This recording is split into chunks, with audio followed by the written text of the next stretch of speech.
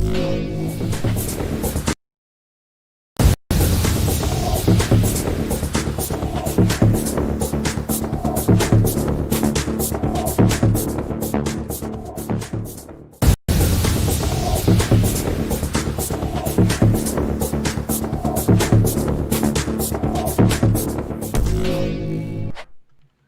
are live here at Manhattan Beach studio comic bug place thing. I don't know what I'm saying.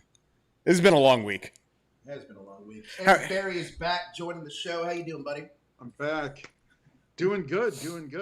Ready to talk one of my favorite Star Trek Enterprise episodes. Now, we have a few of you guys in the chat already. Edward Sanchez, Bryce, who's a part of our team, Matthew Morris. Thank you guys so much for joining us. We love talking Star Trek. Bringing you guys into the fold. This is our big foray to where the story really starts kicking off in Star Trek Enterprise. I really like this episode too. Yeah, this was a really good episode. I didn't remember this one when I watched it back again because, like I said, it's been a long time since I actually watched Enterprise straight through, and I really enjoyed it. This was a nice break. Well, I can't really say break. It was a boost over the last week's episode because last week's episode, it wasn't. I can't say it was bad, but it was definitely not as good as the first few that we watched. Yeah, I agree. Last week's episode, the pacing was a little slower. And I felt that it had great sci-fi elements. It had everything to make a good episode. It just wasn't all come together. Yeah, it was just executed really weird. This episode, on the other hand, I felt like is extremely well fleshed out. You know where everything's going, and they execute it well. And the first thing, I mean, we're jumping right into this, right? It seems like we're go for it. But honestly, the way the Andorian designs looked and the antennas, the way that they would move, yeah. Dude, I was very impressed with what they were able to do. Yeah, so I have a question that I don't know if any of you guys can answer because I should have looked at this up prior to us going live. But what year did the Tick live action show, not this new one, but that first one with Patrick Warburton? What year did that come out? Oh gosh, I don't even remember. Mid-2000s? I think so because the antennas on the Andorians here reminded me of the antennas that they had on him in that show because that was also when that show came out. That was one of the things that everyone was talking about was that his antennas actually looked really good and not just like staying still. No, I was a big fan of the aesthetic of the Andorians. Now, here's a quick question, Eric. Yeah. This is not the first appearance of the Andorians in the Star Trek universe, correct? No, it's not. They were actually an alien in the original series. I believe they made their first appearance in Journey to Babel. So they had very bright blue makeup, but the antenna never moved. It was, kind of just like this appliance that they put on it. And we only times in the original series they made an appearance in the original animated series. And then you saw them as kind of background members in the Federation Council during the original series movies. And then TNG was like two brief instances. There was one in the episode Captain's Holiday, like in the background. And there was an Andorian in when Data's daughter, when he created a daughter and she was choosing her appearance on the holodeck, there was a brief flash of an Andorian, but we never saw them in the modern Star Trek series aside from that until this episode. Here's what I find fascinating, and this is the reason I love doing this show with the both of you, is because there's a lot of things that I don't know about Star Trek that I'm exploring for the first time, and it feels like you guys have a lot of the answers for it. And a great way to start is the Andorians. Now, I know that, Josh, they originally appeared in the original series. And as you were saying, too, Eric, they've been an ongoing race of aliens that have appeared throughout Star Trek history. What was the purpose of them first being created? And do they stay true to that here in Enterprise? So when they made their first appearance in Journey to Babel, that whole original series episode was about a conference bringing together all these different alien races, not just in the Federation, but other members. And they were a big part of that episode because there was an actual spy that was disguised as an Andorian. But they stayed pretty true to the characters because in the original series, the Andorians were a bit aggressive. They were, a little bit defensive and ready to argue, especially with the Tellarites in that episode. They seem very suspicious by nature. Like there's always something going on. So it feels. I actually really love the description of that episode you had just said. Like to me, I was playing that in my head, and I was like, "Nah, I'm just gonna go back and watch this episode now." I mean, you'll be there soon enough. It's true. I'm excited for it, but like that, it's exactly those kind of things like that I think are cool callbacks to the show, like Enterprise. Josh, quick question. Yeah. How familiar with you with Andorians? Going into this.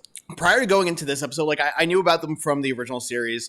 And outside of that, like they didn't really have a big role in TNG or in really any of the series after that. Like they were kind of almost a forgotten race because Eric said, they showed up like briefly in that one TNG episode as just like a cameo, if you will. But other than that, we didn't really know about them. So their backstory, I knew a little bit just from my vague recollections of Enterprise and TOS, but not that much, really. Do we have Andorians popping up at all in Lower Decks? Oh, yeah. First episode, they're in the background. And then the second episode, they actually go to like an Andorian district on a planet, on a commerce planet. Well, it was great. This is actually a great segue for a new segment we have about a small review for Lower Decks by one of our writers on our website at theilluminerdi.com, Bryce. Yeah. He actually did a little mini review for us, so take it away, Bryce. He's also there in the chat, right too. Yeah. So thanks, Bryce. All right, so here we go.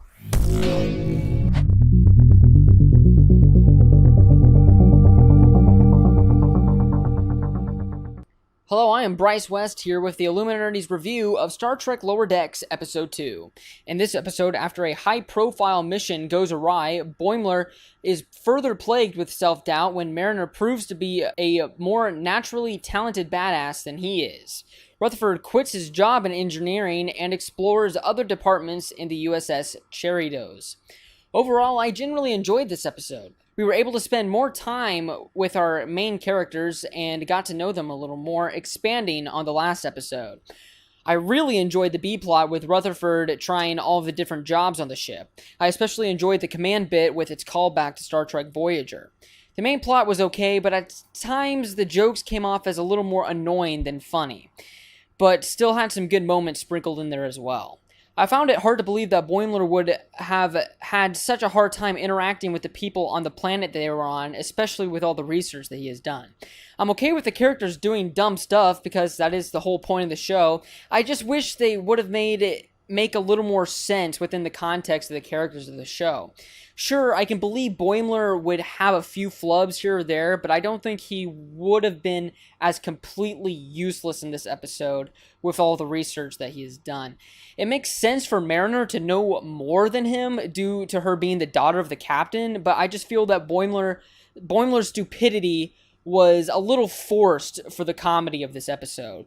Overall, I thought this was a decent episode, not quite better than the first, but a solid episode nonetheless.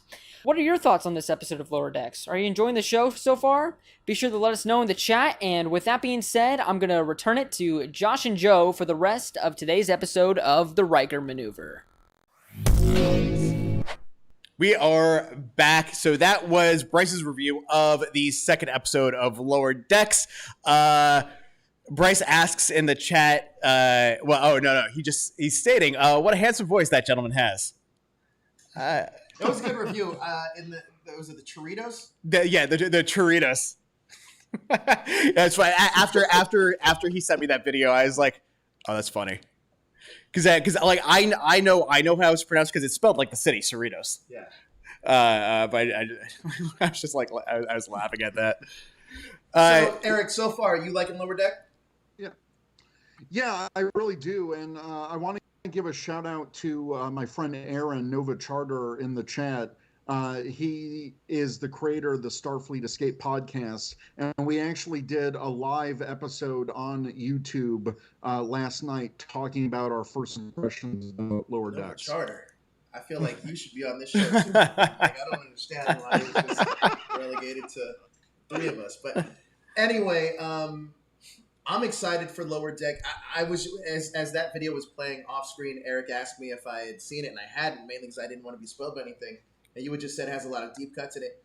When would you say is a good chance for me to watch Lower Decks, or when's the best?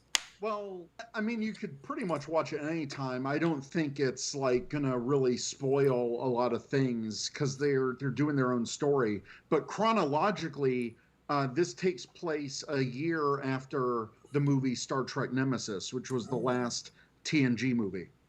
There you go. Yeah. I have about 4 years to get to Lower Decks. Yeah, and at least so far, it seems like most of the references that are happening in the show are they're references that if you're familiar with Star Trek, you're going to get them. But if you're not familiar with Star Trek, as long as the jokes hit, it'll still be funny. Yeah. Now, and they're doing a pretty good job of that. Like, they're not doing anything that's going to alienate a new fan. It's just, if you have a deeper appreciation for the lore, you're just going to catch a lot of things in the background. see, that's exactly what I think certain franchises should do to expand their audience base. Because I think that this is something digestible for everybody. Right. And you don't need to know Star Trek. It's just a fun show, and you can get caught up into the show. I think that's a really smart way to do it. I wish more franchises would take a chance on things like that. Yeah, well, and we just started Power Rangers Lost Galaxy, and I'm finding that it's a similar thing with that for me, where there's certain references that are happening to not necessarily to previous things that happened in Power Rangers itself, but just like Power Rangers tropes and things that are popular within the Power Rangers franchise. I don't necessarily get them because I'm not familiar with the series before in space, but for other people, like those things don't detract from the show for me. More so, kind of like how I remember there was going to be a rumored Marvel Damage Control TV show. Oh yeah, there was yeah, like the Office version of the MCU, right? And I think that that's brilliant because it's just so different that you don't necessarily need to know the MCU, but it could stand alone on its own. And they tried that with DC. They had that Powerless, I think Powerless, it was. Exactly right. Sentai 5 is in here. Thank you so much for joining us, Sentai 5. But yeah, I think that would have been a lot of fun. Now, back to this episode, which is damn good. Yes. Let's talk about this. So I want to talk about the High Command and this temple. Okay. Now, had we seen anything like this before in Star Trek, at least on Vulcan? Yeah, yes and no. In the I've got some of this in the trivia for this episode, but in Star Trek: The Motion Picture, you see Spock going through Kolinar, and then it's mentioned several times in other things. So this is definitely something we've explored already in the Star Trek universe, and this is just kind of Yeah, I don't know. Eric could probably answer this a little bit better than me, but have we actually seen this specific temple before? No, we never saw this specific temple, but a lot of the architecture was similar to what you were saying, like the original series movie, the motion picture.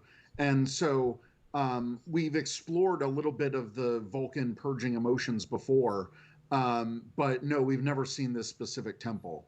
interesting. And that's why I really liked this episode, was because it was starting to go into that deeper exploration of the Vulcan culture, and now you're seeing this completely different side of them where, wait, they're in a war with the Andorians, they're spying on them. This is like a whole new side. And what I love about this episode is because it's only episode 7 of this show, it is setting the groundwork for the next 3 seasons of this series. Yeah, Shran comes back a number of times throughout the series. He's my favorite character in Enterprise. There's literally an episode I was just watching in season 4. I'm not going to spoil it, but it was a holy shit moment, and it involves that character, and I was like, oh man. So like it's fun watching this back now, being on season 4, Right. Because Sorry. Go ahead. I'm gonna jump into something else as soon as you're done. no, the reason why I think it's fun watching this back now is because every single time you see his character come on screen, it's one of those things where you know that like something's about to happen, and they establish it very well. And I agree with Eric. So like the big lure for this episode for me was also figuring like because I know now T'Pol's personality, but exploring more of the Vulcan culture, I thought was very enticing to me. Yeah. So I'm actually we'll change up the format here just a little bit. I know like sometimes we'll just jump into the trivia and kind of go through that. I'll pull up specific trivia that relates to what we're talking about this week. So I'm gonna jump around. You guys will see some random trivia because I didn't set it up this way. But since we're talking about Shran, I figured this was a good time to talk about Jeffrey Combs. Because Jeffrey Combs is like that guy who shows up in everything, like everywhere in Star Trek, like just specific characters. He's been what is 1, 2, 3, 4, 5, 6 different characters between Deep Space Nine, Voyager, and Enterprise. This was obviously this episode here was his first appearance of Shran, but in Deep Space Nine, he first appeared as Brunt. Which was a Ferengi that dealt with Quark. He was Wayun, one of the Vorta that worked with the Dominion. He was Tyron, which I don't specifically remember that episode. I remember the character, but I don't remember what was happening there. In Voyager, he was a character called Penk. You can see him just to the right of Brunt. And then also in Enterprise, he was also a Ferengi here named Krem. So it's like that. This guy, like you can always tell that it's him, but each of his characters is just so different. Like he is a really good character actor. Great comment about Jeffrey Combs in the chat.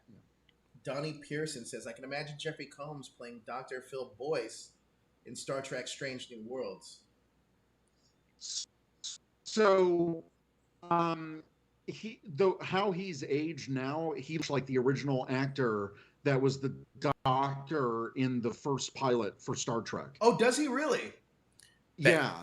So a lot of people are trying to campaign to get him to be that character for this Pike series. Wow. I mean, I'd totally be down with that. Like Jeffrey Combs is like one of my favorite actors. Let's take this back a second real quick. So this Strange New Worlds, that's going to be Pike's series? Yeah, so that's going to take place between Discovery and the original series. Oh, wow, really? So this is Greenland. This is actually yeah. They announced it. Oh, it's going when was it that they announced it? Because like May? No, it was I think it was like May or June. Yeah. It was part of the San Diego Comic-Con online panels.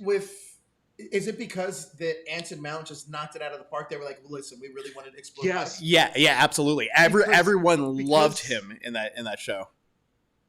Yeah, season 2 of Discovery like took off, and because of his portrayal as Pike, there was such a huge fan demand for him and Spock and Number One to all come back, and so they're all coming back, dude. So this new series actually makes me extremely happy for one reason. I love Anson Mount. I think that dude is a great actor, and I felt so bad for him with that Inhuman stuff. Yeah. That like you could tell he was doing the best he could with the material he had. So I'm so happy that this dude is getting a win right now. Speaking of Strange New Worlds and Number One, who is Rebecca Romaine. Right. Is just something that's funny to me because I really enjoy Jerry O'Connell for some reason. And both her and Jerry O'Connell now are playing characters in both Star Trek and have played characters in DC. Yeah, that's right. And technically, Rebecca Romaine's done Marvel too. Yeah. So Jerry has just one brand to catch up with. So that's kind of cool that his performance was so good and as Pike that they're giving him his own series. I think it's also cool that a lot of fans are rallying behind Jeffrey Combs for this role. Yeah. It's really cool. Mm-hmm. So back onto this episode, though, where did we leave off? We were talking about the temple. Oh, yeah, talking about the temple. We're also talking about Jeffrey Combs. Now, how shocked were you guys, especially you, Eric, how shocked were you to see the Andorians show up in this episode? when you watched it live? When I watched it live, I was floored. I was so excited when I saw the episode preview. I was like anxious that whole week because I'm like, oh man, the Andorians are coming back, and they are my favorites of aliens in Star Trek. I have all the like role play books and like all the supplement materials because there was a lot that we just didn't know about them. And so there's like Star Trek RPG books that kind of fill in details about their homeworld, which they brought into the series. Like there's a episode in season 4 where they battle with the Ushan Tor, which is the Andorian ice pick weapon. And that was all from like the Star Trek roleplay books from the 90s. So you want to hear a fun story here? I think I just got Josh to buy one of the RPGs. Are you down to do a Star Trek RPG with me? Yeah, let's do it. Do you think we get Nova Charter in there too to do it? I think we could, dude. Yeah. Okay, so on Humble Bundle, I don't know if the sale is still going on or not, but for a minimum of a $15 purchase, because like Humble Bundle is like name your price, so you can pay $1 and you get like the base thing, and then if you pay like $5 you get more stuff, and then the more you pay the more you get. So at the $15 price point you get all of the books from the Star Trek RPG. Holy cow. So okay.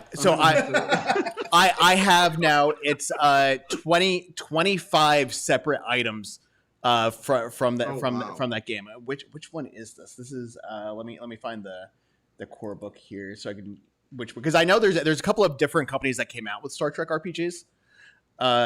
This one is the let's see, where's the zoom on this?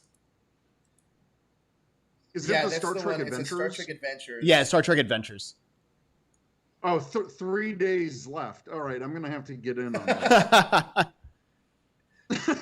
But no, funny story. Like in the late '90s to early 2000s, I was part of a Star Trek play-by-email sim where we would like write all of our log entries, and I had like a whole Andorian character, full fleshed out backstory, and everything. And so Enterprise was starting when I was still doing this play-by-email sim, and I was like, oh my god, now I have canon references for everything that's happening with the Andorians because of Enterprise. That's nuts. Like I just started kind of getting into RPGs and exploring them, and I was like, dude, we got it. When Josh told me this, I was like, we're doing a Star Trek one.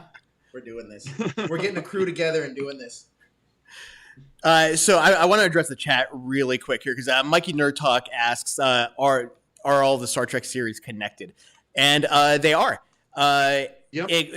Even the 2009 J.J. Abrams reboot of the movie, when you move on to Star Trek Picard, it addresses the events that took place in that first movie. So it is all connected. So if that is something that makes you even more interested, there you go.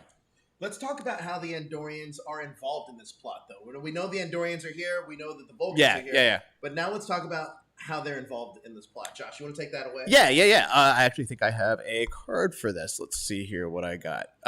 Okay, so this episode depicts the first contact between Starfleet and the Andorians. It was the first episode to prominently feature Andorians since the animated series episode, The Time Trap in 1973. It is also the first of many episodes dealing with Andorians owing humans a favor or vice versa. Others being the Enterprise episode Shadows of Pajem. I don't know if you've seen that one yet, Joe. Proving Ground, 0 Hour, Kir Shara or Shara. Oh, Proving Ground, yes. And These Are the Voyages. I think These Are the Voyages are one of the last episodes. Yes. Then also, this episode marks the first appearance of an updated makeup design for the Andorians, which was created by Michael Westmore, who most of you guys should know who he is because he's really famous for his prosthetic design.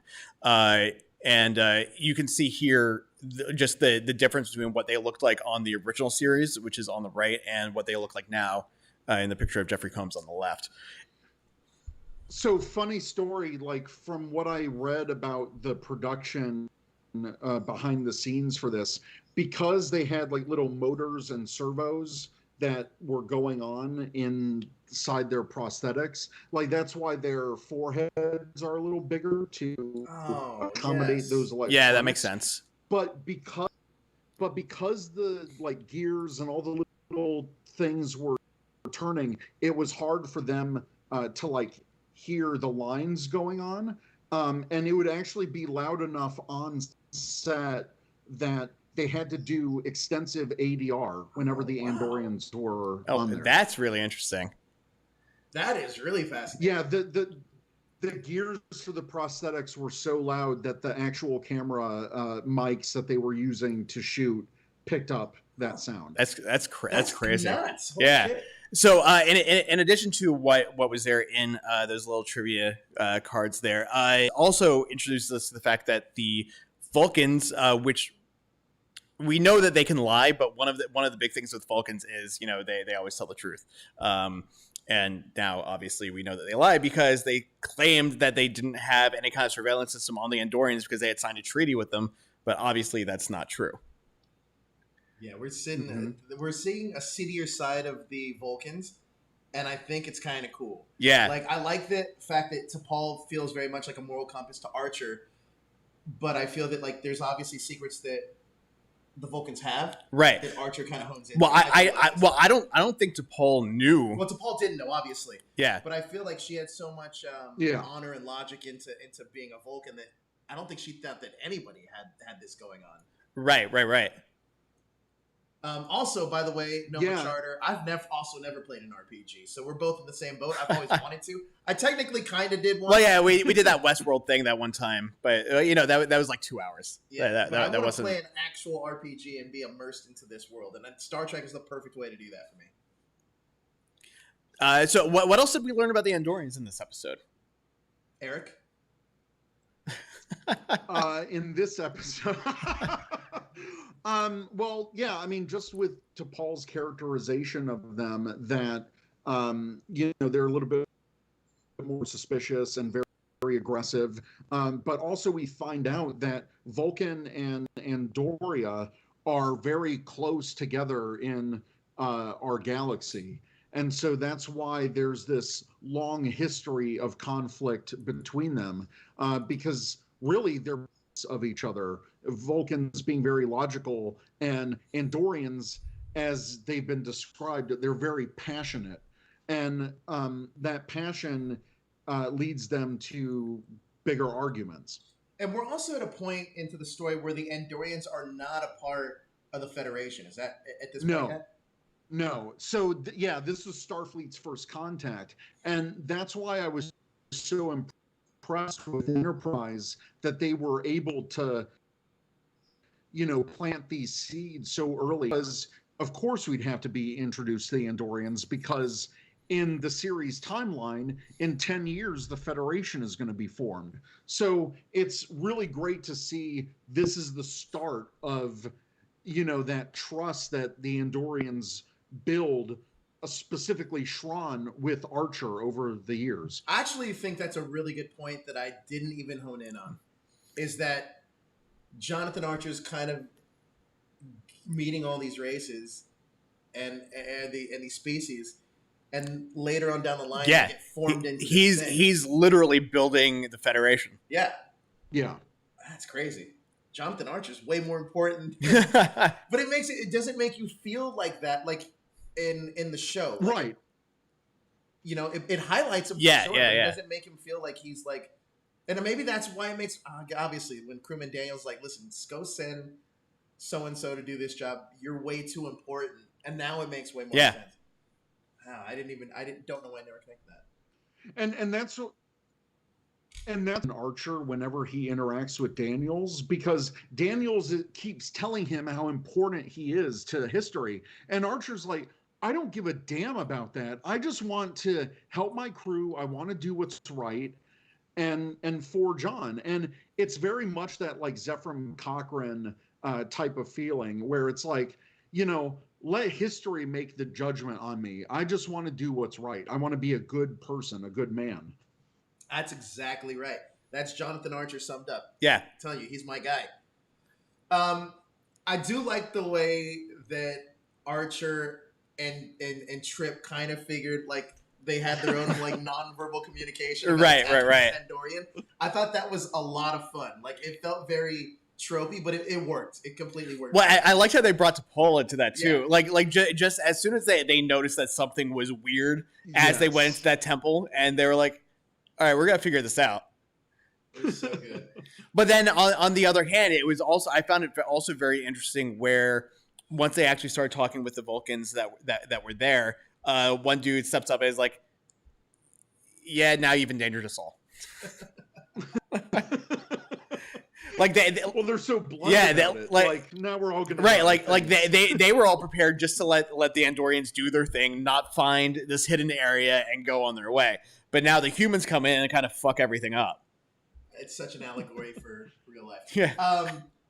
Let me ask you guys this: with this episode, I feel like it really does set in motion where we're going for the show.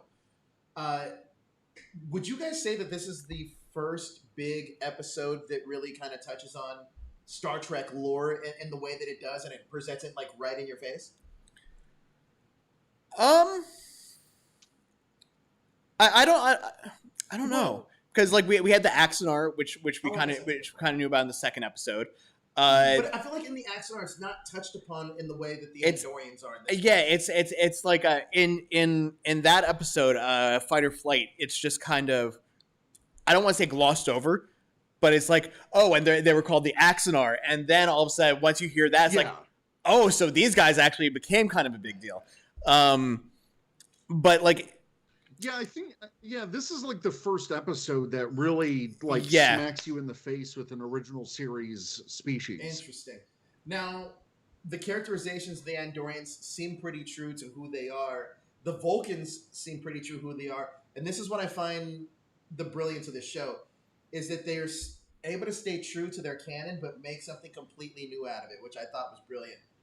Now, with Enterprise, the way that it kind of is formed, do you think that it's harder, or it's a higher bar to set in order for longtime Star Trek fans to get that seal of approval? Like, if they would have gotten the Andorians wrong, is there a little bit of forgiveness in Star Trek fandom for it?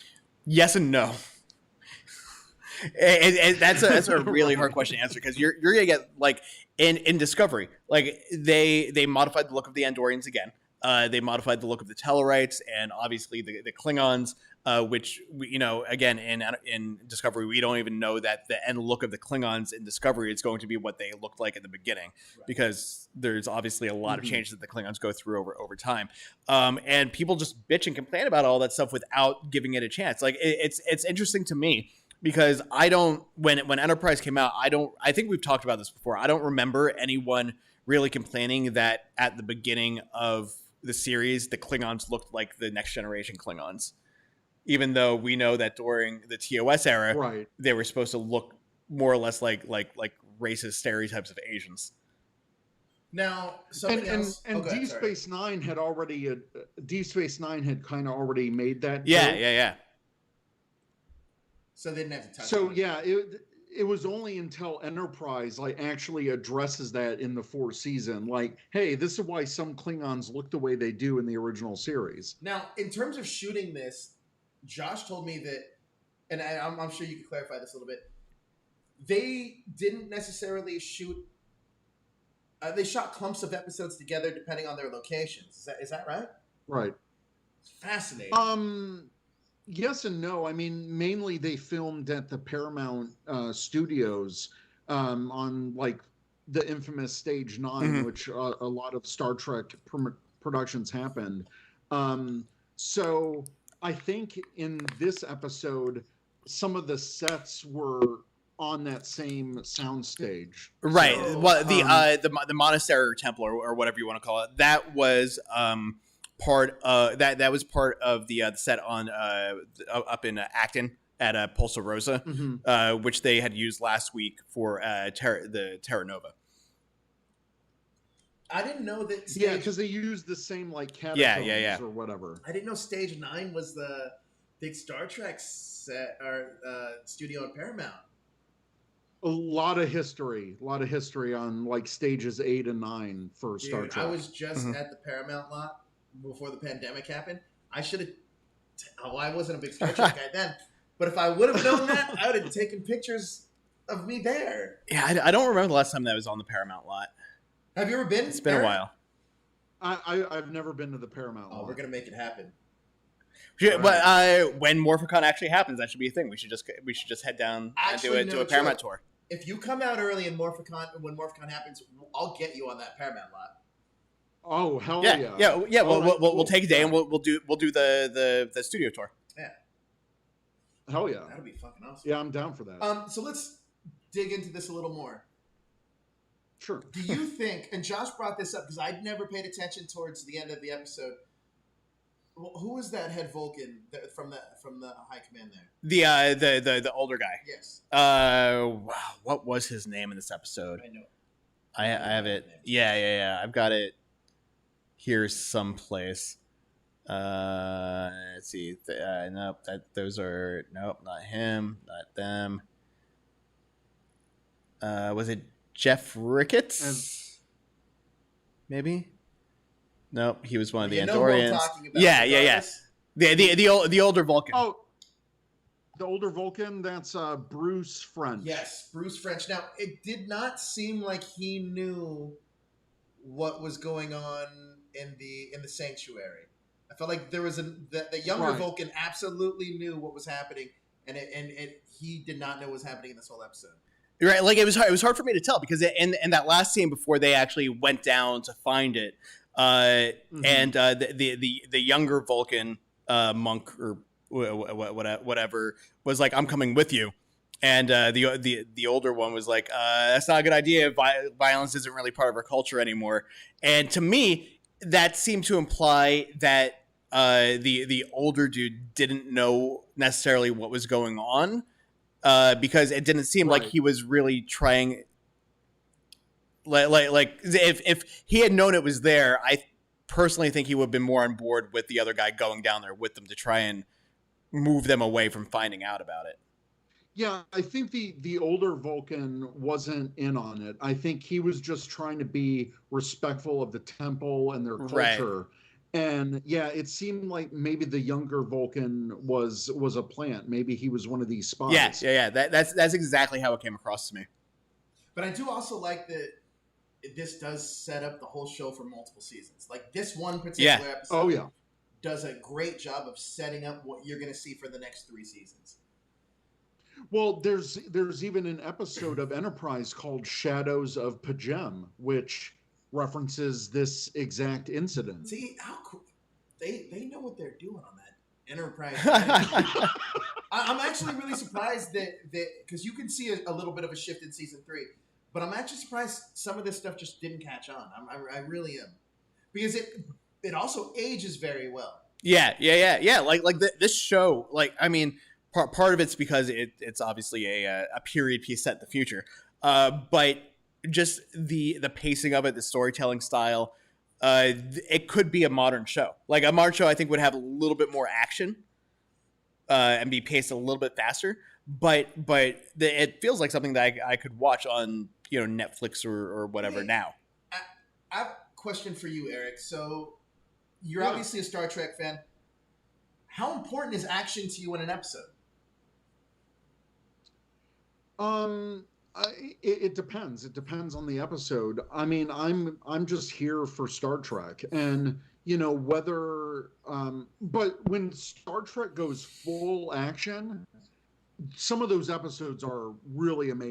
Everything with the Dominion War, every time they're in like a dogfight with all the ships, Star Trek has great action, great dialogue, great writing. So when you're going into like an action-focused episode, I think it's a great time. But I'm confident enough in the storytelling that there can be an episode where a phaser isn't even shot, and I know it'll still be a good episode. Yeah, I'm on board with that actually. Yeah, I completely agree. It was like some of my favorite episodes of like Next Generation were like the holodeck episodes, like when they brought in Moriarty or Fistful of Datas, which were a lot more like story driven, just because it was like a fun one-off episode, and there was a little bit of action, but it wasn't like full on like battles. Yeah, I'm with that. Like, there's certain episodes that I don't need action at all. The story's there, and that's the one great thing about Enterprise. For the most part, we've reviewed at this point 7 episodes. There's 1 out of 7 that we weren't super high on. Yeah, and that's not bad. And that's a good track record. It's a great track record, honestly. Like, and even the episode that we may not have liked, it had all the elements there to be good. It just didn't connect, and even to the point where I think it was Brendan Baraga said that it was his least favorite. Right? Yeah. He said that the entire idea of the episode was really good, but the execution was bad. Look, I almost would love to talk to Brian Baraga and be like, "Hey, now that years have passed, how would you have done this episode differently?" And I almost guarantee you, he would have a better version of that episode. Oh, I'm sure. Yeah. Oh yeah. Yeah. And the great thing about Enterprise, at least where we're at in Enterprise, is it's still easy enough to jump on and get it. Like, you're not, and I don't, you're not too far into the weeds where things aren't making sense. Right. Yeah, I really, really like this episode.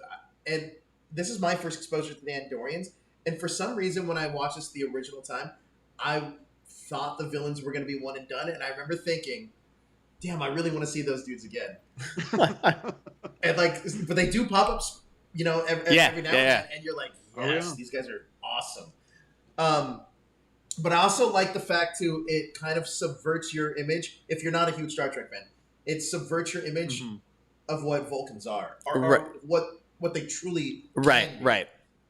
I like that a lot. Yeah, you start to question. Wait, I had this whole preconception of what Vulcans are, and it starts to test that. And that's one of the best things that Enterprise as a series did, was there's some things off about the Vulcans. It's because their culture isn't to where we see it in the original series, but because of Enterprise, you see that evolution throughout these 4 seasons, because there's stuff going on behind the scenes with the Vulcans, which leads into all this stuff. So I think Enterprise did the best job of exploring the little nuances about the Vulcans. Another fun fact, or not fact, but another fun thing too, is sometimes I feel envious of the two of you, because a lot of the deep cut things that you would find in Enterprise, I can't see it. I don't see it because I don't know it. Right. But then in a lot of ways, I'm so happy I'm exploring Star Trek the way that I am, because I feel legitimately like I'm on that crew exploring everything for the very first time. Right.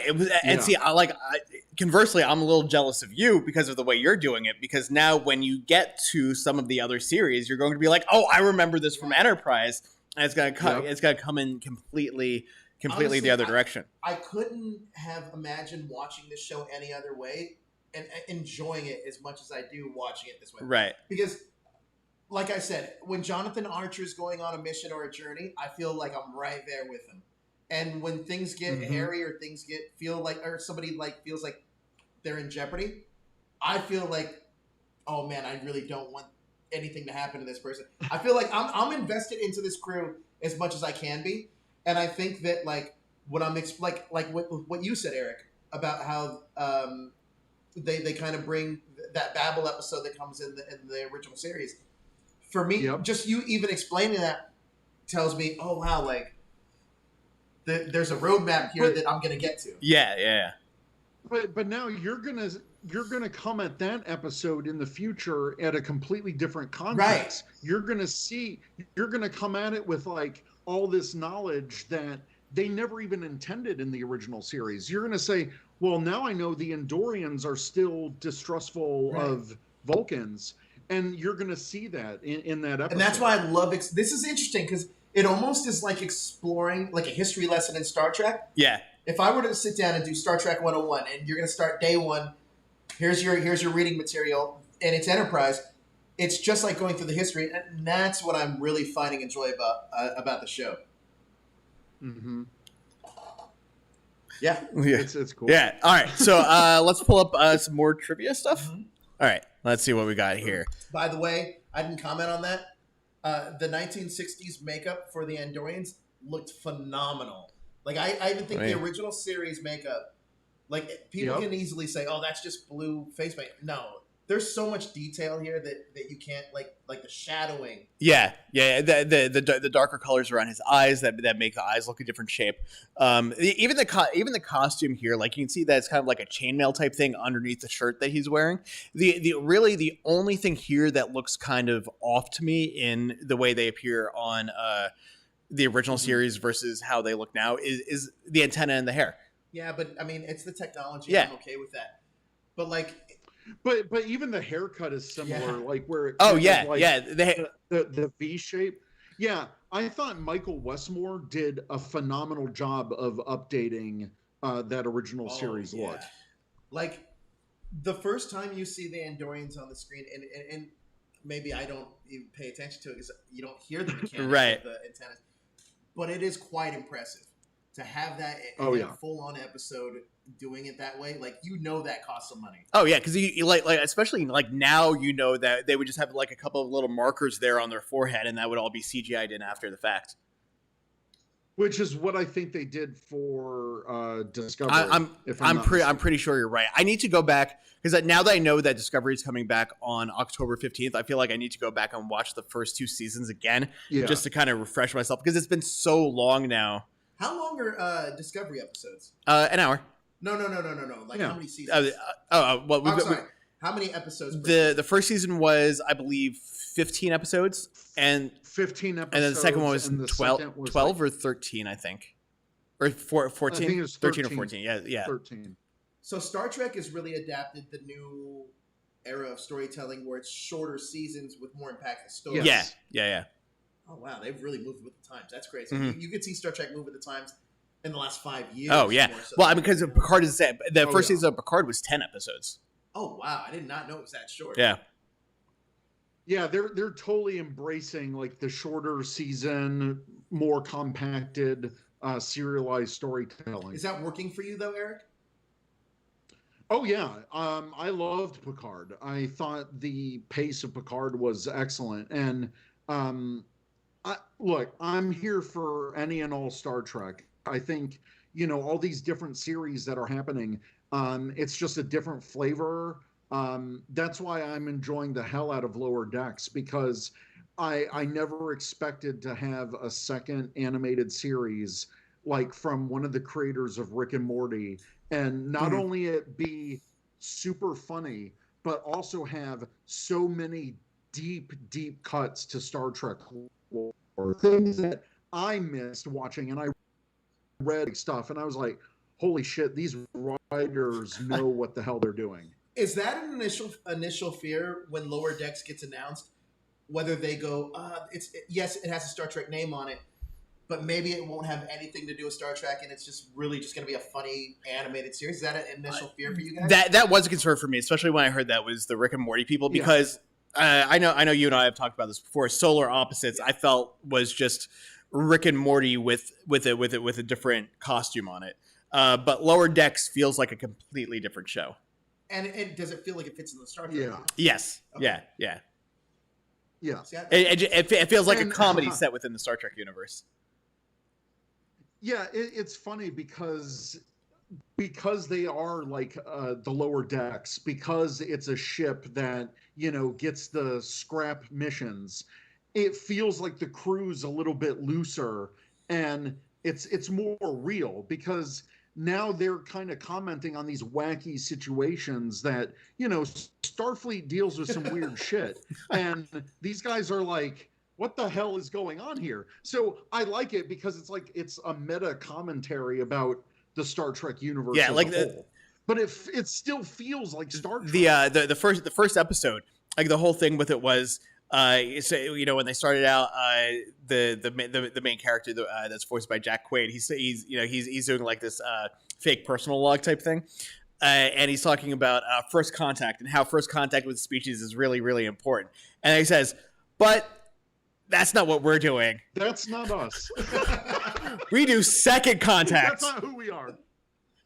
And so like the way it's taking like these Star Trek tropes and just kind of like turning them on their heads, that's what I'm enjoying about it so far. I mean, that's great. Look, and I'm so happy that the franchise at times is able to just like kind of laugh at some of the things, because they are extraordinary circumstances for a sci-fi show. I mean, Marvel's the same way, right? Some of these outlandish ideas. Oh yeah. Well, that's also why I really liked, like on Robot Chicken, they did like the Star Wars specials. Yes. All of those were just great because they took all these like things that were within Star Trek or Star Wars. You're watching Star Wars, and you're engrossed in it, so you're not necessarily realizing how.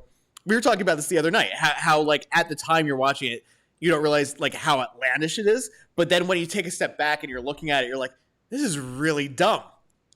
Well, I mean, also I feel that like this Lower Decks is very much the same version of what Kylo Ren's SNL skit was. Yeah, exactly. Yes. Exactly. So and that's why I like this like new era of Star Trek that we're in, because every series is showing a different aspect, and the storytelling is a little different for each show. Like Picard was very much like an internalized personal journey for the character, and now Lower Decks, we're seeing, you know, the regular grunts of Starfleet that have to go and clean up other people's messes. And that's a side of Star Trek we've never seen, because all 5 series are on like flagships and really important ships of Starfleet. Well, I guess that makes a lot of sense, actually. It would be, but that's also like you know, we were talking before about the shorter season format, and for me, like I honestly I would actually like to see more short Trek episodes. Okay. Because I feel like as much as I enjoy the shorter seasons with the more compact storytelling where there's not as much filler, because back in the original seasons, you got these filler episodes that had absolutely nothing to do with anything. Some of them were really good. Some of them you were like, okay, this one is here just because they needed an extra episode. Short Treks gives them the ability to make those filler episodes without being constrained to that. If they don't want to make this filler episode, they don't have to. They could just make these fun little one-off episodes that have nothing to do with anything just because they can. Well, apparently, I guess Alex Kurtzman, who's kind of running, you know, the whole direction of the Star Trek universe. I thought he was fired. Like, I swear to God, I've heard like 15 times over the past 3 years that he's been fired. Yeah, from, oh my God. Don't even get me started on that stuff. But no, he was saying that they're open to doing more short treks. That's good. So, quick question, because actually, this leads into the question I was just about to ask you. So, Star Trek, the person that's really helming that universe is Alex Kurtzman. Yeah. Now, what happened to Brennan Braga and Rick Bergman? So it was kind of the end of an era. When Enterprise ended, it was the end of Star Trek television. And Rick Berman was with the franchise since like season 2 or 3 of The Next Generation. Mm-hmm. And so once Enterprise kind of ended, once televised Star Trek at the time ended, they were pretty much done. Really? They were done with it, moved on to other projects. And then, you know, when it was revised 3 years later with the Kelvin timeline, then that's where you got like JJ starting to helm everything. And then, you know, Robert Orci, Alex Kurtzman were brought into it. Has there ever been any talks about bringing Berman and Braga back? You know, I've seen them on Twitter. You know, I think Brandon Braga, I don't know if he's involved with the Orville or not. He's directed a few episodes. I actually literally just pulled that up here on IMDb.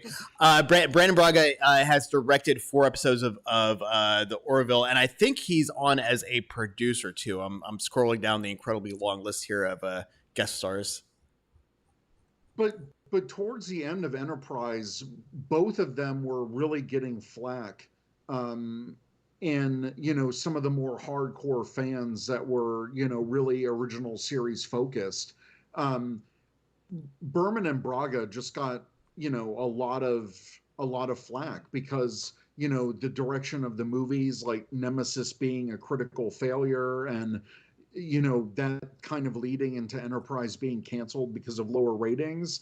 They got a lot of hate piled on them towards the end of like that era of Star What's Trek. been the fan reception to Lower Decks? Like, I don't mean like general audience. I mean like hardcore fans. That's actually honestly something that I haven't looked into yet, really.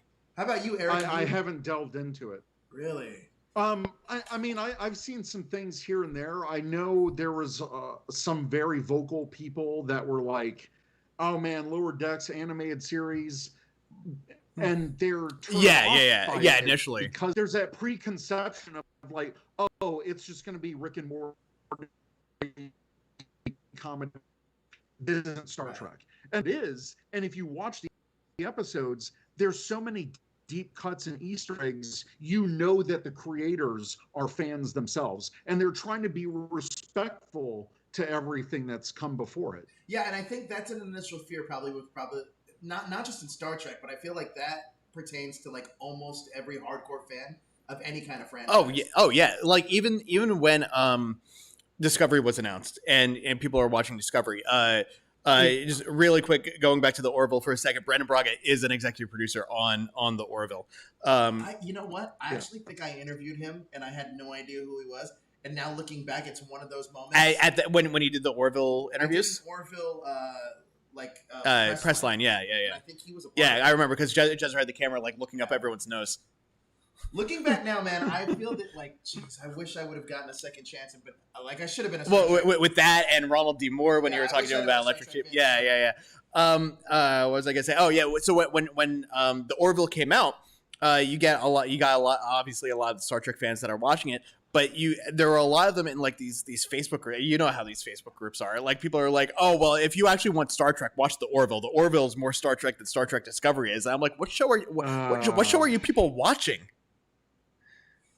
Well, that's what a lot of criticism, like this whole Orville versus Star Trek argument comes from, is because a lot of people feel like Orville is that kind of that 80s, 90s feeling of like the Next Generation. And that's only the way it is because Seth MacFarlane is involved. And Seth MacFarlane is a huge Star Trek fan. He's actually cameoed in the background of Star Trek Enterprise. Oh, wait, what? Yeah. Seth MacFarlane, and he shows up in like season 3 and 4. He actually is like an engineer, and he speaks with Tucker a couple times. It's full on. Whoa. Yes. You're telling me I've missed Seth MacFarlane, but I caught Jack Guzman in this? Yeah. Let's see if I can find out which episodes it was. Oh my god, this is like a Where's Waldo now. I had no idea that Seth MacFarlane was in Enterprise. Oh yeah, he has been a huge fan of Star Trek, and that's where you got those like parody episodes of Star Trek in Family Guy, and they saw that and they were so like, and he was like, come on, you gotta just let me on the show. I'll be an extra in the background, whatever. And so he actually had a few speaking lines with Tucker. Yeah.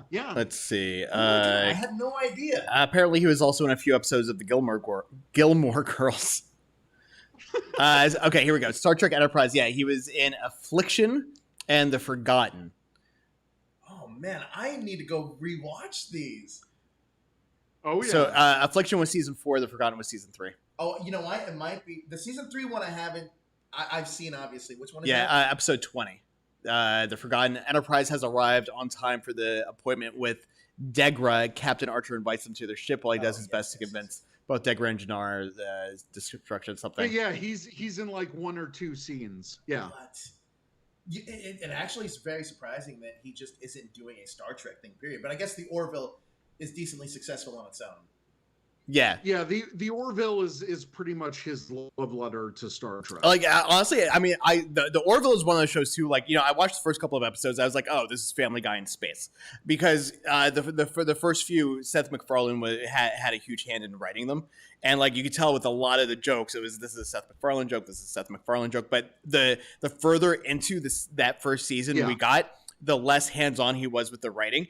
And I feel like the writing, I don't think Seth MacFarlane is a bad writer, but his humor sometimes, it's those manatee jokes where it's like, okay, this has nothing to do with anything. But it's a pretty solid show. And a lot of the people who used to work on Star Trek, a lot of the behind the scenes people, like with the production, with sets, and with graphics, a lot of those old Star Trek production people are actually on crew for the Orville. Oh yeah, well I mean Jonathan Frakes came on and directed a couple episodes of the Orville. I don't think he's been in an episode yet. I know Robert Picardo. I've seen him in an episode or two. And not just the actors, but like Doug Drexel, Robert Duncan McNeil directed a couple of episodes because I know he moved on to that after Voyager. Yeah, that's crazy. I had no idea. So, Josh, what other trivia? Oh yeah, completely got sidetracked from that. Let's see here. Okay, so speaking of actors that went on to become directors, Roxanne Dawson. The last one was directed by LeVar Burton. This one was directed by Roxanne Dawson, who in Star Trek Voyager played Torres. B'Elanna Torres, yeah. And now tell me a little bit about her character in Voyager. So in Voyager, she is a half Klingon, half human, and a former member of what was called the Maquis. The Maquis is a rogue vigilante terrorist organization that was fighting against the Cardassians that kind of formed towards the end of Next Generation and during Deep Space Nine. Now, Eric, do they usually? Is this something that was set up in the first season of Star Trek, or the original series, where they would let actors come on and start directing episodes? Did Shatner or any of these guys direct any of the original series? So Nimoy actually directed a couple of the films. Oh, wow. Shatner directed Star Trek V, which was horrible. There's parts of 5 that I could watch. I'm like, oh, this is actually kind of clever. Yeah. But the movie on a whole is just like, what is going on here? But the whole actors directing episodes started in the Next Generation. The production crew were very open about if the actors wanted to learn about directing and behind the scenes. They actually scheduled them in to learn about directing and say, all right, it was almost like a Star Trek directing school. And that's why you see a lot of Star Trek actors have moved on to directing, because some of their first directing jobs were part of Star Trek when they were working on the show. I didn't know that. Yeah, and even writing, because I know like Brent Spiner started writing during Next Generation. Wow, that's so cool that they keep the actors involved even on the behind the camera side. I think that's so cool. Yep.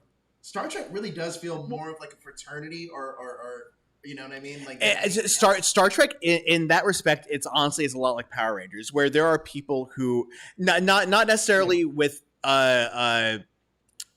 actors from Power Rangers going on to direct and write episodes, but where there's people who are fans of the show who spend their entire life saying, I'm going to be in Star Trek one day. Oh, I see. Yep. Like Seth MacFarlane. I was just asking. So I have a question for you, Eric. All right. Yeah. You can be any Star Trek race from any season. What race are you choosing? You can also be a human. I mean, I'd have to pick the Andorians. I think they're awesome. Now, if you were a crew member on any season, which crew would you be with? But also, what would your job function be? Oh man.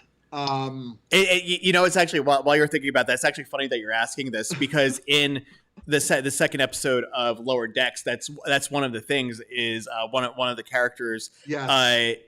He's trying to date this Orion girl who's one of the crew members, and she's like, oh, I want to go watch this pulsar, and he's like, I've got to work. I'm an engineer, and this is great. And then he's like, but I could always completely change my career path and quit my job in engineering and go do something else. And throughout the entire episode is him going and trying to work in the medical or command and security. Actually, I think I would want to be on Voyager. I think that is such a cool ship. It's one of my favorite classes of ship, and I'd probably be a security officer. I said security. Yeah, you did. I said security too, but I originally was gonna say Enterprise, but I'm not, and here's the reason why: too many things can go wrong on an initial voyage. So I'd rather play it safe and maybe go with one of the later seasons. Honestly, I mean, honestly, in any of the series, you could get really fucked because in TNG they were out exploring new things. Like they got stuck in so many random situations. But I think the best thing I could ever want to be on a Star Trek thing, you guys have pretty much described it. I've never even seen it. I almost want to be a lounge singer just in a room. That's just pure entertainment. I am only there for the entertainment. I could see you either doing that or even being like a bartender in like working at like Quarks on DS9 or in 10 Forward out in Next Generation. See, that's perfect because then you can let all the aliens come to you. You don't have to go anywhere. Exactly. Actually, okay, I know. So before previously, okay, so I said my race I wanted to be a Q just because, you know. Oh, yeah. Just going out and causing mayhem. That's that'd be great, and not really having to face repercussions. I'd said that I would want to be a science officer on Discovery, just because that seemed kind of cool to me. But now I'm changing my mind. I would want to be the guy who designs holodeck programs. That would be fun. That would be pretty fun. Like I just want to be a bartender on a Deep Space Nine ship. You know what I mean? On just a space base. Yeah. Like that sounds like Gerald from the comic book just came in and gave Joe the thumbs up on that. So cool. Like I love it. But we got more in this episode. Yeah. Sidetrack questions because Star Trek is just so much fun to talk about. Let's see here. Okay, so this is the first episode in which Malcolm Reed commands the ship in the absence of Archer, T'Pol, and Tucker. I mean, that's not really a huge bit of trivia because we're only 7 episodes in, so he really hasn't had the time to do that yet. So, like, as we go through this first season, I feel like a lot of these trivia things are going to be, this is the first time this happened. This is the first time this happened, just because... Well, this is also, he doesn't sit in a chair, right? Like, I thought he did. I thought they talked to him about it, and he like stands outside of it. Or maybe he did. He's like behind his console. I'll have to go back and rewatch it again now. Take a look. But he had a couple good comments in this episode, like kind of that formation of Starfleet protocol. Well, they haven't. Yeah. So. Well, what you want to do? Check them in every 10 minutes? And it's like, well, maybe we should. One of the pieces of trivia that was on Memory Alpha that I left out of here was that later that it's discussed later on that Malcolm Reed goes on to help create the protocols for landing parties. Right. Yeah.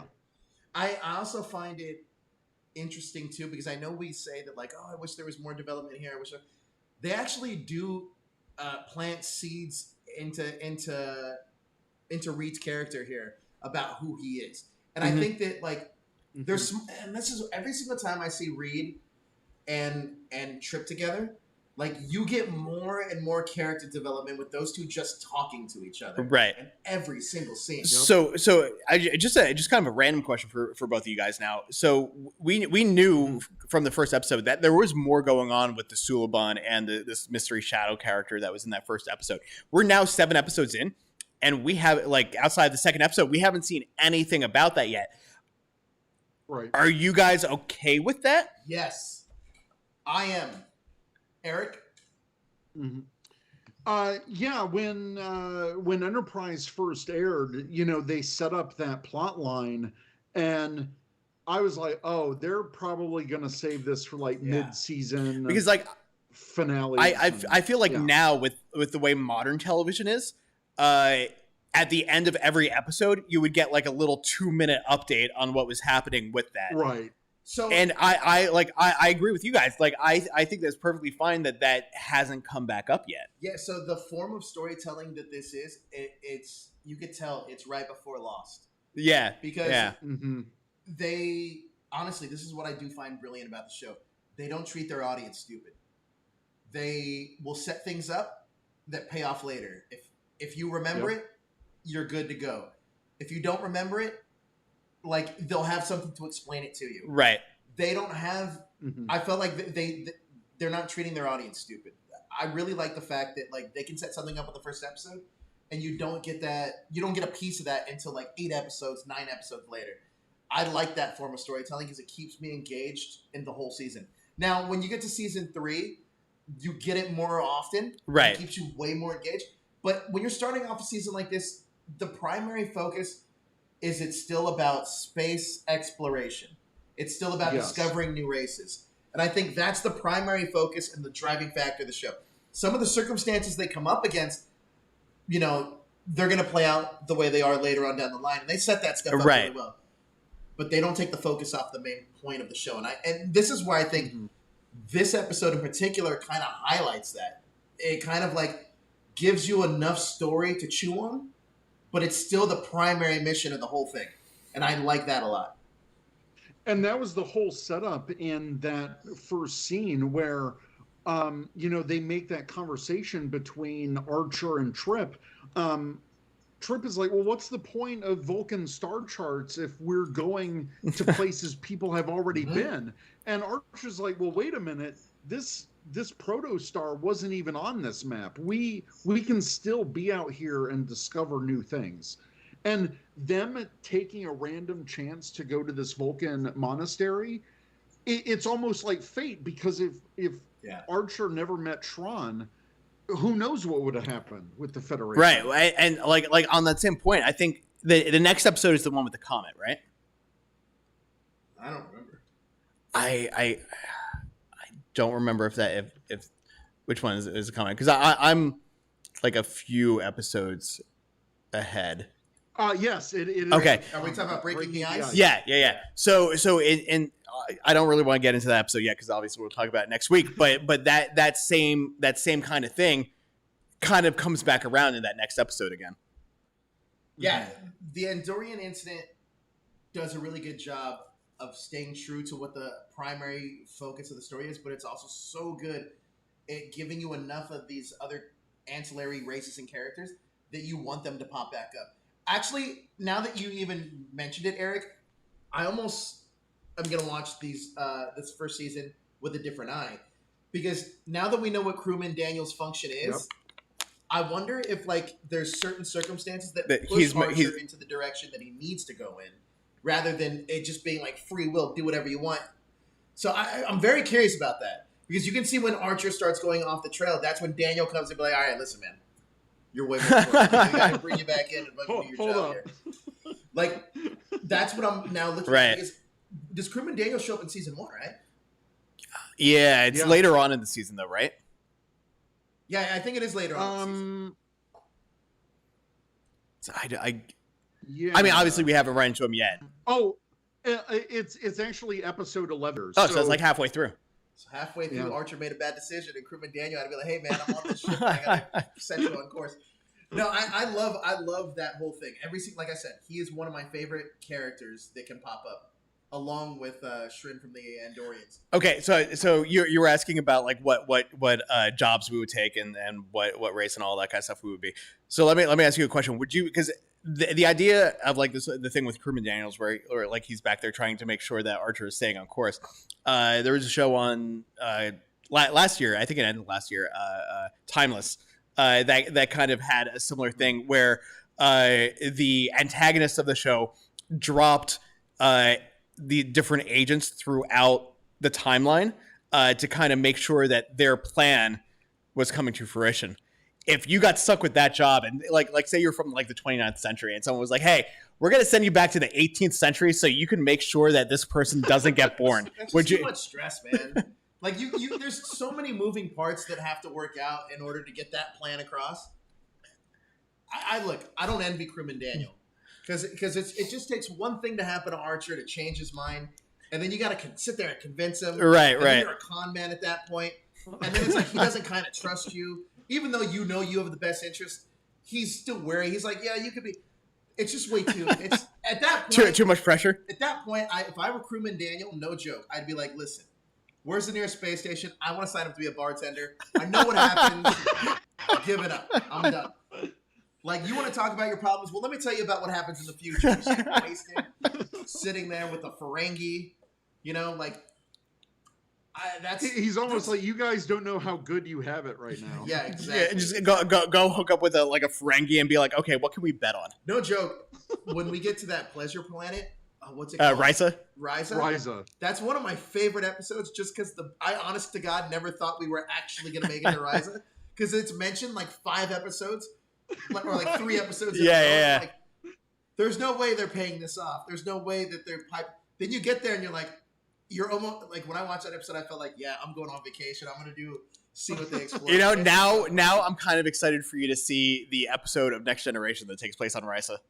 I can't wait. Yeah. You know what? Another thing too, if they ever wanted to do another fun like Star Trek short, if we ever wanted to make one like a fan film, we should almost do like with the green screen, but like it's like MTV Cribs, but it's just your little room as a Starfleet officer. It's like, here's what I did. Because some of those rooms you're not gonna want to see the inside. Right. Like, oh shit! Like, don't come over to my place. But like, I can imagine that would be so much fun. There's just so much. Well, in Star Trek Lower Decks, the cadets or the ensigns, they don't even get a room. They have like a little bunk that's in a hallway. It's like a dorm. Yeah. Yeah, it is. That's great. That's hilarious. And one of the characters is like, yeah, I'm like right next to the sonic showers. That's hilarious. So fun. No, but in this episode, they do so many good things to set this up, and they stay on track. Speaking of being on track, what's our next? Yeah. I think I only have one more. Oh wait, no, maybe 2. Oh, we talked about this before. This episode mentions the time of Kolinar, the Vulcan purge of emotions, and it's a ritual that Spock failed in Star Trek: The Motion Picture. Oh, I don't think I've ever seen the first Star Trek movie. I remember I showed you a clip of it a few weeks ago. 4 minutes of a ship. Yeah. Because we were just talking about just like random stupid things that they've done in Star Trek, and like I was like, if you ever want Josh to sell you on a movie, do not. He showed me 4 minutes of a music montage and a goddamn ship. But the reason the reason that I showed him that though was because we were watching the first episode of Enterprise, and it was the scene where and it was where Trip and Archer were looking at the ship, and I was talking about how that is a very common thing in the Star Trek series. Like, we didn't really get that in Deep Space Nine or Voyager, but that happened in Star Trek: The Motion Picture when they saw the new ship. Obviously, it happened there in Enterprise. And the first episode of Next Generation, like the first couple of minutes were just them kind of exploring the ship from the outside. We got it in Voyager did we? Too. We got it in Voyager too. Yeah, because when Paris was arriving to Voyager and Voyager was docked at Deep Space Nine, he was flirting with the. Oh, right. Whoa! Time out. Yeah. What? Voyager was docked. Is Voyager like a spin-off of Deep Space Nine? Well, they're all so Next Generation led directly into Deep Space Nine. In the first episode of Deep Space Nine, Picard shows up to give Sisko his mission there on the space station. And then in Voyager, they're actually docked at Deep Space Nine because their mission is to find the Maquis that's in the Badlands in that region. And that's where the whole season starts. Yeah. Dude, this honestly sounds pretty amazing. Like, I had no idea that I didn't know how interconnected they were all were. I thought that like I for some reason I thought that Next Generation like was going, and they just randomly wanted to pop up a new Star Trek show. I actually didn't realize that they like. Oh yeah, no, they're all all connected. So I'm going to blow your mind even more. Because Deep Space Nine started airing like in the 6th season of TNG. There's a few episodes where the two crews work together. Crossover. Oh shit! I did not know that. And the cameo from Deep Space Nine that's in the Voyager pilot is Quark from Deep Space Nine, the bartender. Really? He's grifting Ensign Kim in Voyager. And Paris is like, no, you don't want any of his stuff. And yeah, it's this whole. So speaking about this, like I know you and I have discussed this a little bit. Do you know why O'Brien was never brought into any of the movies? Oh, by the way, before you answer that question, Josh has been trying to figure this out because I think that he thinks he would be O'Brien in any Star Trek scenario. I think I would be. He wants these answers. But no, it's bizarre to me because like they shifted O'Brien over to Deep Space Nine. They shifted Worf over to Deep Space Nine, but they found a way for Worf to come back for the TNG movies, but they didn't for O'Brien. So like I should just look it up, but I haven't found any reason why they decided not to bring him in.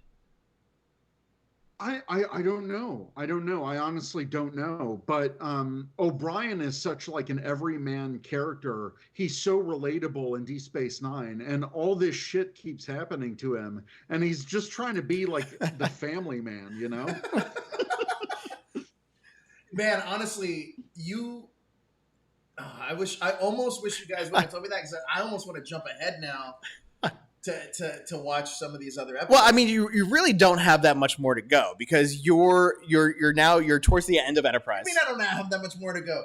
I got the original series. I got a whole nother animated series. I got the whole Next Generation. I'm a solid 4 years out from. No, because I mean, I'm gonna be 40 years old. By the time I get you blew through Enterprise. You've got what, like 15 episodes left in season 4? How many have I left now? Yeah, I think I have 7 left. Okay, so you're all. And I've been going really slow because you don't want it. I don't honestly. So Eric, to the point, I don't want it to end. You know how sad this is. This is kind of crazy. I can't believe I'm admitting this on a live stream. I haven't wanted it to end. That I start watching the episode, and I know what episode I'm on. I'm on the one where I have to tell you the name of it right now. Anyway, it's the one where Archer's dad's friend visits the ship. Yeah. The Daedalus effect. And I like watch it through, and I'll get to a certain point of like I don't want to finish this. Oh, there's actually something from this episode that comes back up in Daedalus. So the reason I don't want to finish it though is because I know that I only have like 7 left. Right. I am savoring, and to the point where I won't even look at the next thumbnail for the show. Seriously, because I get so paranoid that if I look at a thumbnail or read a description, you're gonna get spoiled. I'm gonna get spoiled, and I'm like, dude, I don't know if I can handle this. And I know myself. If I watch one episode, you're gonna want to watch it. Yeah. Like if I went back home tonight and watched one episode, I'm done with Enterprise. So 7 episodes, that comes out to just over 5 hours. I can finish Enterprise tonight, and that's my no. You got fears. If you're on Daedalus, you've got like 12 episodes to go. I'm sorry. I'll tell you exactly. It's not Daedalus. It's but either way, you've only got a handful of episodes from season 4 of Enterprise left. Then, since you're watching this chronologically, you have the first 2 seasons of Discovery. Oh, I am on Daedalus. That I am. You're right, Eric. I'm on episode 10. You're right. Okay, so you have 12 episodes left. Oh man, okay. You put the brakes on hard on your rewatch. Yeah, so that's like 8-ish hours left that you have. But I could do it tonight. Yeah, that's the scary part. But that's what I'm saying. So you've got about 8 hours left of Enterprise. You've got 2 seasons of Discovery, which is about 20 hours there. Then the Pike. I have the Pike. The Pike episode, which is only going to be about an hour, and the actual seasons of the original series. There's what three seasons of 20 episodes. There's 3 seasons. Yeah, and then the animated one. Yeah, how many episodes of the animated series are there though? I don't think there were that many, right? I think it's like 20 something. It's a handful. Well, look. Yeah, granted, so I'll get to Next Generation fairly quickly. Right. That's what I'm saying is you'll get to Next Generation, I think, within the next 6 months. But honestly, I don't think that's my worry, and I don't think that's the thing. For me, it's more so like I don't want to graduate from high school.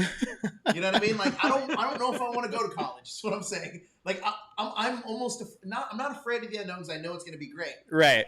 But it's just I don't want to leave my classmates behind. Like that's what it comes down to. I honestly do feel that way. So like it's this thing. Whereas I know that like once Enterprise is over, and the worst part is honestly is like you know how we were talking about like I know that whenever I finish Next Generation, I know there's movies. Right. I know I'll see them again.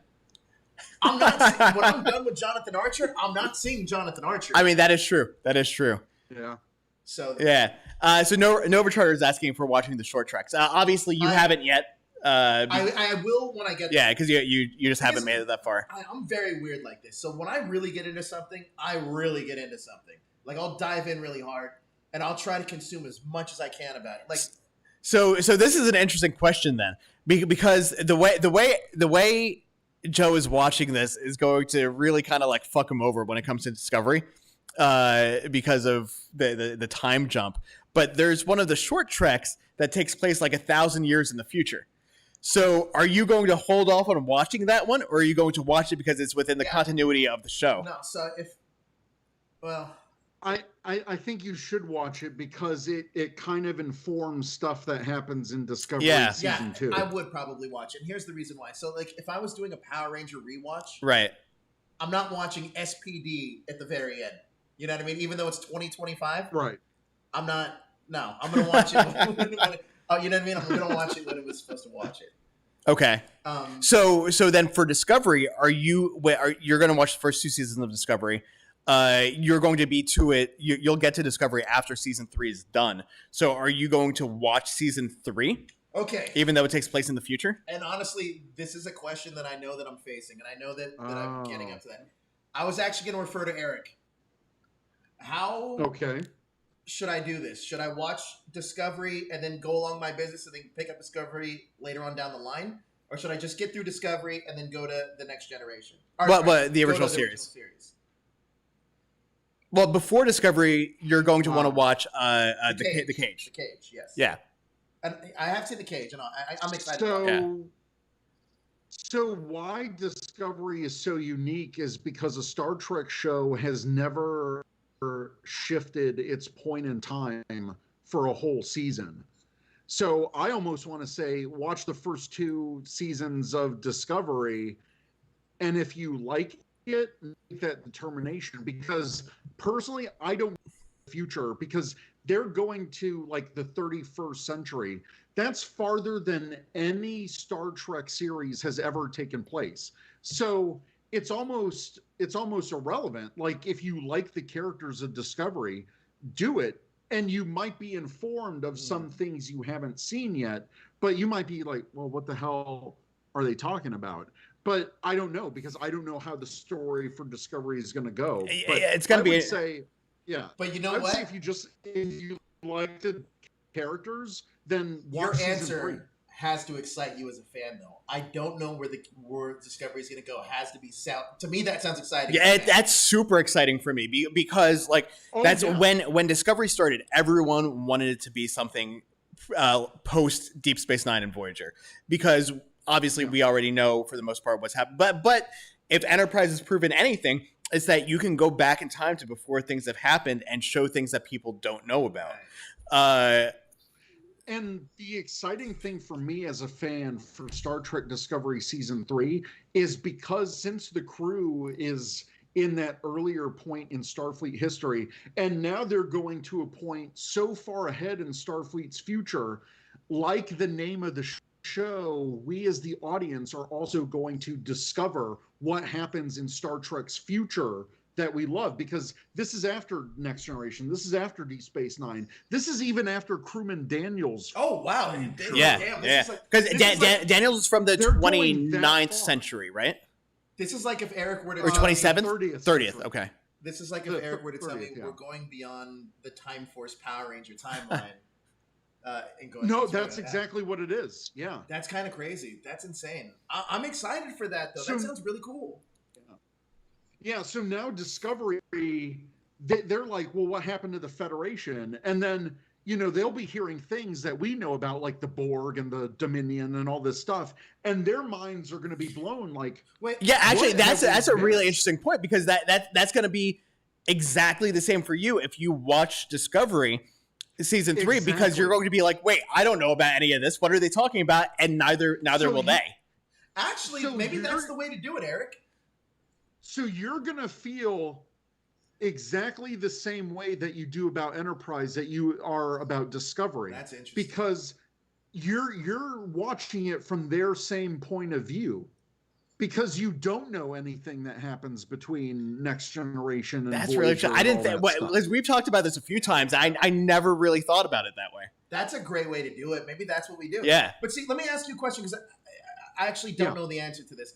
So I know that you guys said that they have a new series that's going to be based on Pike and his crew, but is it in that timeline, or did they like take Pike to the future? No, because Pike needs to be. Pike has to be in the past because of Star Trek the original series.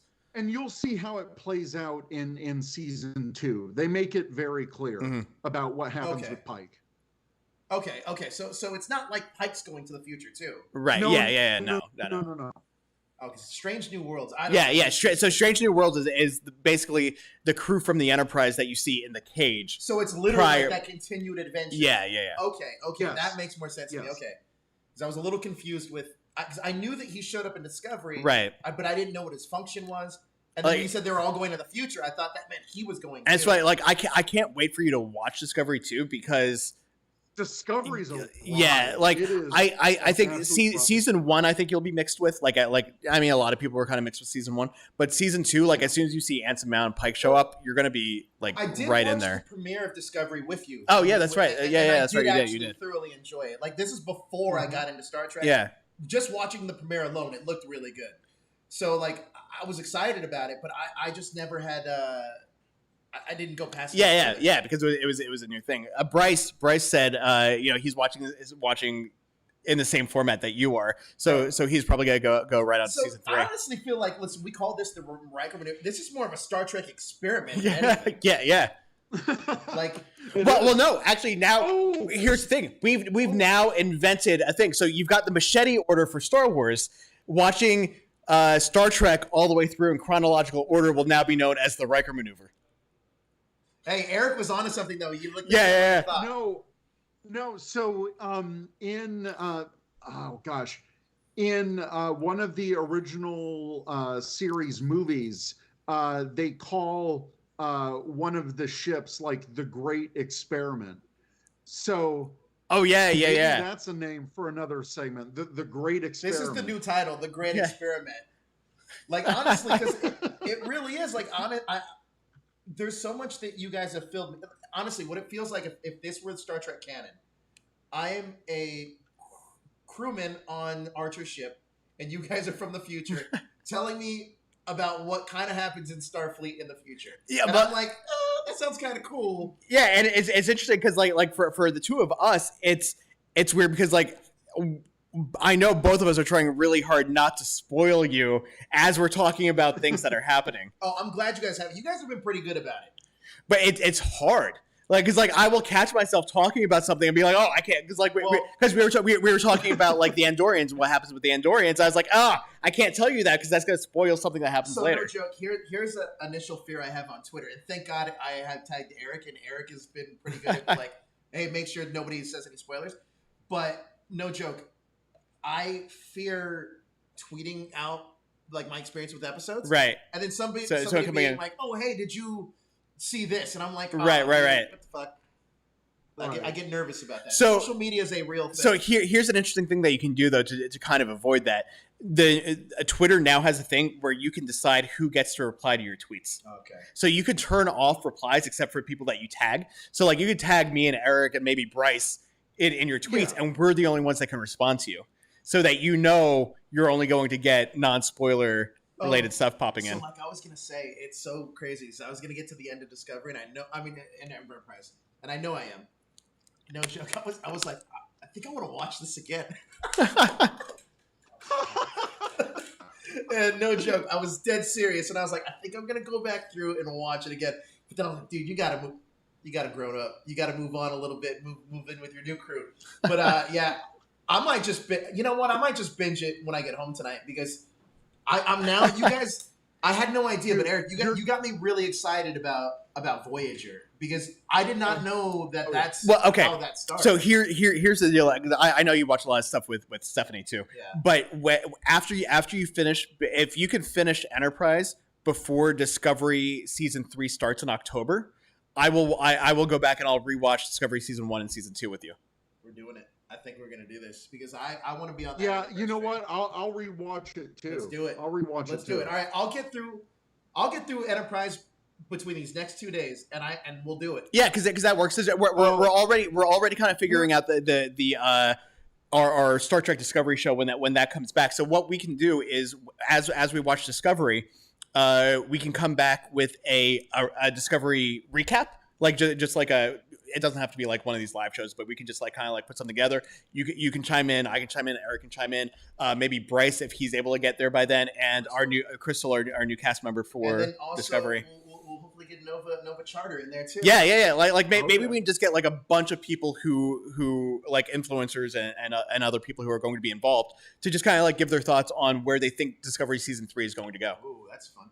Wait, quick question. And I wanna be there. You need to message me as soon as you've watched that last episode of Enterprise, because I need your raw thoughts and feelings of Why what don't happens. we do this? Let's make it fun and Okay. interesting. I don't know. Okay. I don't know what everybody's schedule's like, but we should set up like a Zoom and watch it together.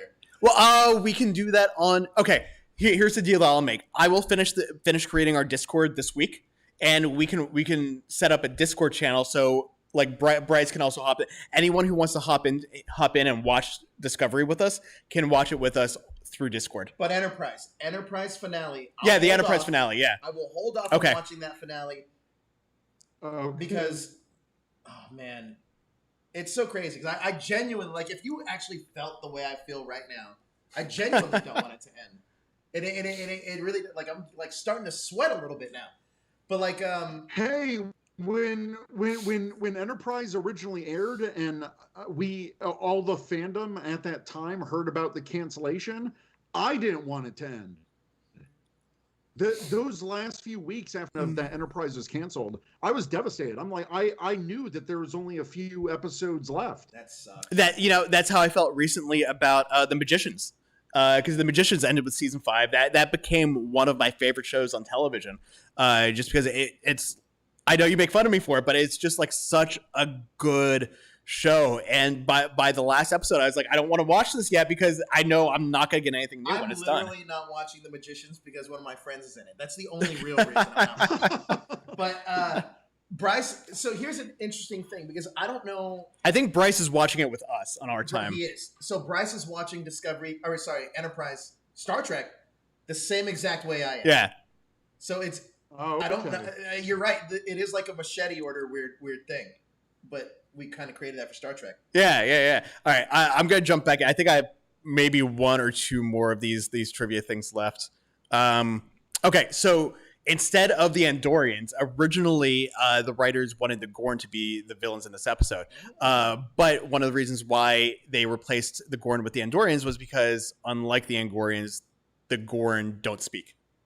So that would be hard to make a group of Gorn the bad guys if you can't really have a conversation with them. Hey, Eric, were you a Power Ranger fan first or a Star Trek fan first? Just curious.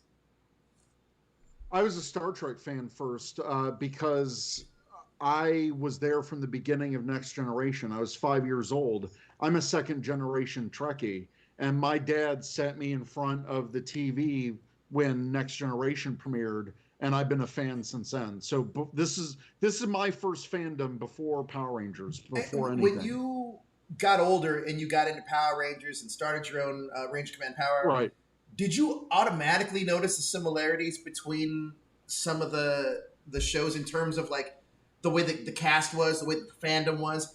Because I'm just now starting to realize that they're very similar. Yeah, there's very similar fandoms. So when I was getting into the Power Rangers fandom in 2004, that was at the tail end of when the Star Trek era of that time was happening, and I was deep into like the Star Trek message boards and that fandom during that early internet stage. And so when I moved over to Power Rangers fandom, it was very similar. I mean, there's the same type of arguments. Oh, well, the original is better versus this new crap. And, it's very similar fandom arguments and that happen between fandoms. Interesting. Now, I'm not gonna lie to you. One of the things I'm most excited to. There's two things now. I have a goal in life now. One, Star Trek convention. Two, Yes. Star Trek cruise. I really, really want to go on the Star Trek cruise, but it is so fucking expensive. There has to be like a It's meteor very wave. We expensive. have to like do a trade out deal or something. Figure it out. Yeah, because Like, I think the cheapest room that you could get was like $1,600 for the first two people. So- Sorry, $1,600 per person for the first two Bryce people. is almost done with season 1 of Enterprise. Look, Bryce, I'm going to tell you right now, season 1's great, but it doesn't stop. Season 2 and 3 are phenomenal. And season 4 Yes. is, man, you start seeing so much like fallout from the other 3 seasons that Yep. it gets wrapped up. I can't imagine being like you, Eric, and then being like, oh, by the way, this show's going to get canceled. Like, if I was watching it right now, where I'm at in the show, and they're like, oh, this is getting canceled, I'd be like, no. Yeah. This is bullshit. I'd be so mad. Oh, then that's exactly how I felt during that time, because we got that word like probably mid to late season 4 of Enterprise, and people were pissed. I mean, there was a whole like Save Enterprise campaign that tried to happen to get season 5. It was because season 3 and 4 were just that much higher bar set. People were really rallying behind Star Trek Enterprise. So Damn. it's a shame.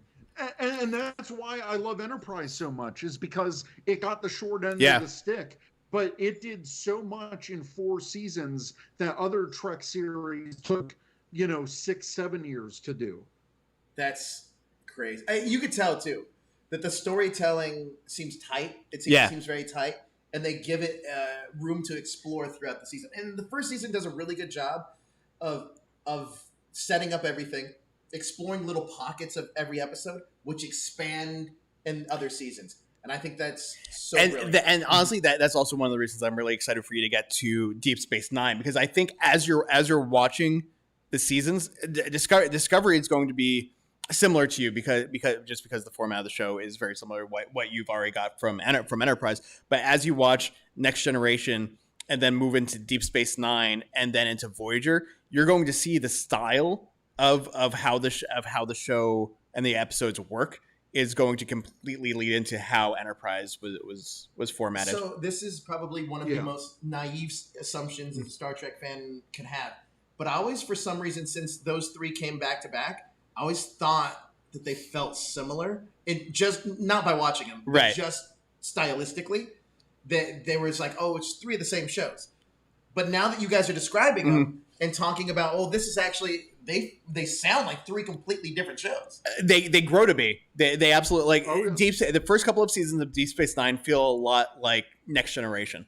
But once they start getting into the Dominion War stuff and start moving into the more serialized format, it starts becoming its own show. And Voyager has Voyager to me feels a lot like the original series, because they're in a different part of space, exploring very strange new worlds. There's definitely a feeling more like the original series, in that like frontier sense that we're out here and we're the only people out here and we don't know what's going on. Can't freaking wait. Yeah, so Bryce is asking in the chat here, would it make sense in the continuity to do a revival? I'm assuming he's speaking of Enterprise on CBS All Access with an older crew. I don't know, because as of now, like Picard kind of makes sense because we don't know anything. Yeah.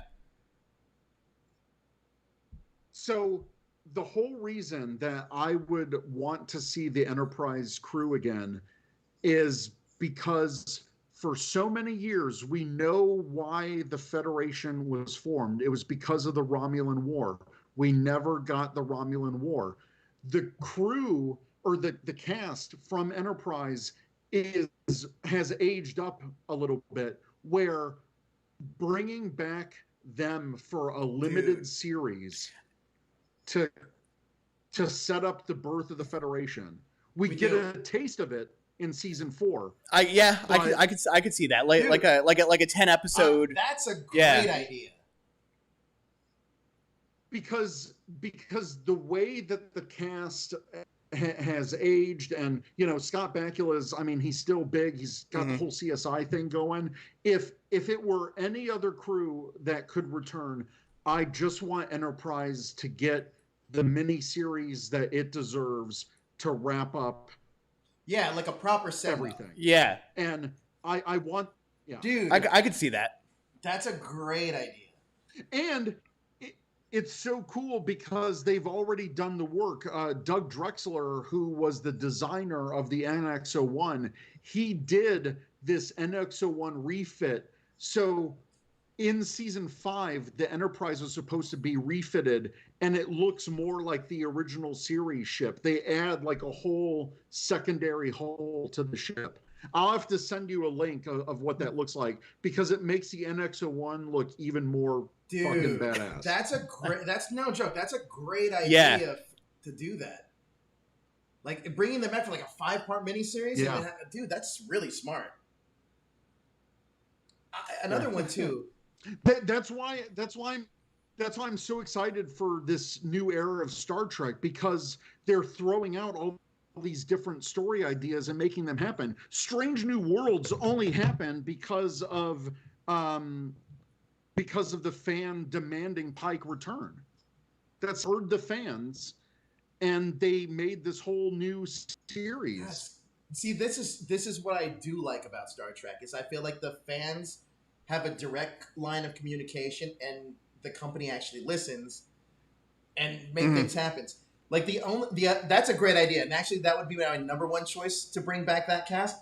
The other way that I thought about doing it was that if it's a Star Trek political show, and it's about the people that are a part of the Federation making like political decisions about other right planets, like a Starfleet headquarters, kind of like a Starfleet headquarters, but a lot more. I was thinking more like Star Trek West Wing. Okay. Yeah.